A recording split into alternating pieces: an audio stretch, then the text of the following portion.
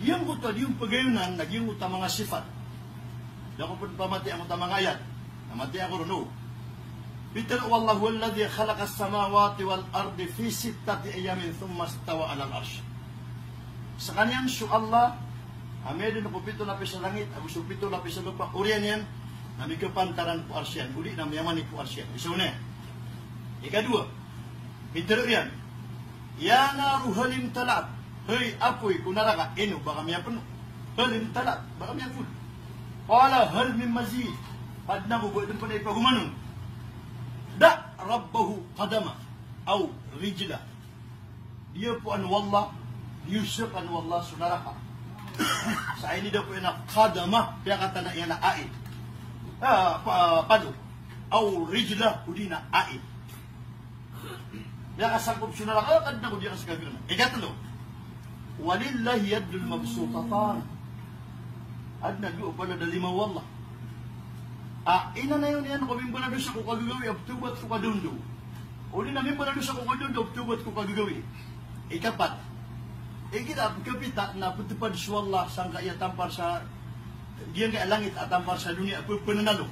Mandalladhi yuhibbuna fanuhibbuhu. Ang tao sa mga tao, kibubuin ako niya, kibubuin ako sa mambu at tigwallah. Wa mandalladhi yastagfiruna fanagfir lahu. Ando sa mga tao, pagbanabang nila kasarila, kanilang kumam. Waman nalad yatlubuna fanatlubu. Anta sa pulubada ka na dubanog mo. Okay. So sa Ahlus Sunnah wal Jamaah, pembetulan ko sa salaf. Agam tiuro salaf nasiran miyabab surah suku kaya pagagama ang mga to sa grupo lagu patenggi po mga sahabat na ayatin digilanon.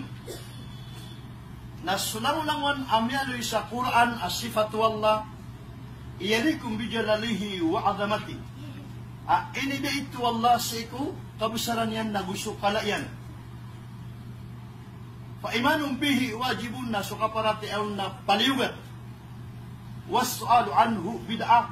Nasuki pagisyan ko noon tunay para tubo na kaya pamanikian. Kaya daw po ini ang kunaraka. Tapos tupadi yang langit tatambar sa dunia. Aguyong takakakaitan niya sa liman yan. Nasuki pagisyan ko na pangaliw ka puguri sa agama Islam. Laisa kamithlihi syai'un wa huwa as-sami'ul 'alim. Taskan yan sa Allah, da isin yan, da ibarat yan. Biduni tahrifin, wala ta'tilin, wala ta'wil. Di ka pakay. Tafakkur fi khalqin, walang tafakkur fi Allah. Pamimikiran na yun sa mga kaadmi wallah si kuliyaw, lupa gusi ko langit, daw bani ulag sa wallah. Ino to? Ino to di ka pakay ba pamimikiran? Pintir wallah sa isa Quran. At nagatin wallah sa isa Quran. Wa yuharrifuna al-kalima an mawadi'ih. Adna mga tao, pagkatalingawa, pumunta na nila sa maana sa mga katil, wallah ko yun pakasusungan na gusto din pakatapan.